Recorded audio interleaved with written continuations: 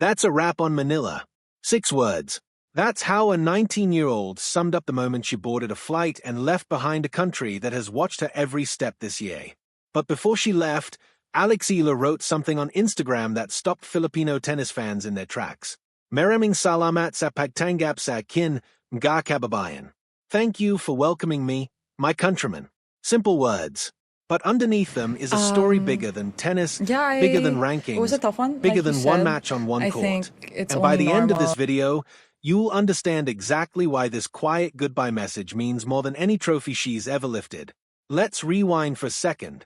Because to understand why Alex Eala's Manila visit hit different, you need to remember what she just walked away from. Earlier this July, Alex Eala did something no Filipina had ever done in the open era. She stepped onto the court against IGA Swiatek, the world number 3, a player with multiple Grand Slam titles to her name, and she won. And being Not upset, a close, but controversial again, win either. it's another A statement opportunity. win. That victory sent her into the 4th round of a Grand Slam, the second week of the tournament, a stage most players from her country could only watch on television growing up. And here's the thing that made it hit even harder. In her courtside interview right after the match, Alex didn't talk about rankings or trophies. She got emotional. She admitted that for a player like IGA, who already has so many slam titles, this moment might look small. But for a girl who grew up in the Philippines, training every single day after school with her brother and her grandfather, wearing ruffled socks and light-up shoes, chubby-cheeked and just starting out, this was everything. Can you imagine that? The image of a little girl in light-up sneakers, chasing a tennis ball on some ordinary court in the Philippines, turning into the same girl standing across the net from a top 3 player in the world and beating her. That's not just a sports story. That's the kind of moment that makes an entire nation stop scrolling and start believing. And this wasn't a one-time spark either. Rewind further and you'll see the pattern. Back in March 2025, Alex became the first Filipina to defeat 2 top 10 players at the Miami Open.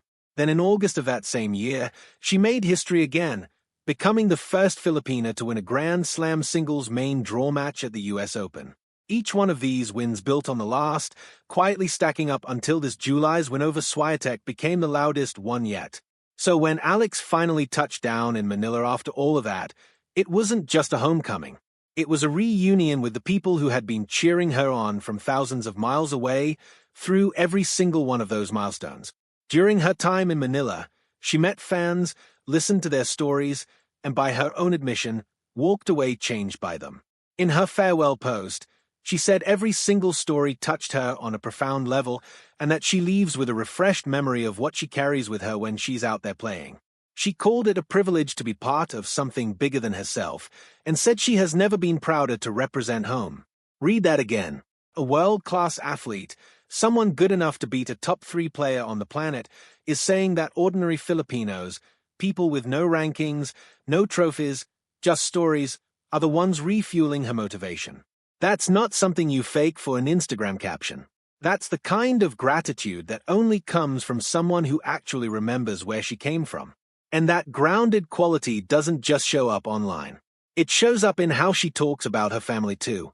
In a recent conversation with journalist Karen Davila, Alex opened up about what happens behind the scenes after her matches, win or lose. She said that after a win, especially the big ones, her family is often the first people she calls, like you said. whether they were there in person or not. She described it simply as a really good scene, this moment of shared excitement that happens no matter where in the world she's playing. But she was just as honest about the losses. She admitted that every loss feels different. Some hit harder than others. Some make her cry. Some make her rethink things, and some genuinely set her back for a while. But then she said something that honestly sums up her entire mindset as an athlete. She called tennis a humbling sport, one where you lose so many times that eventually you learn how to lose, and more importantly, you learn how to get back up from it. And what's beautiful about tennis, she said, is that there's always a next time. There's always a next time. Think about how much weight that phrase carries for someone whose career is built on constant highs and lows, wins broadcast to millions, and losses that happen just as publicly. It's not blind positivity. It's a lesson earned through actual heartbreak on court, turned into fuel to keep going. So when you put it all together, the Swiatek win, The emotional courtside interview, the tearful memories of light-up shoes and after-school practice with her grandfather, the calls home after every big win, and finally this quiet goodbye message from Manila, you start to see the real picture. Alex Eala isn't just chasing rankings. She's carrying an entire country's Yeah, stories onto every it was a court tough she one, steps like you on. said. And I maybe that's think exactly it's why only she keeps normal. making history. Because for her, this was never only about winning matches. It was always about representing home, one match, one story, and one grateful goodbye at a time.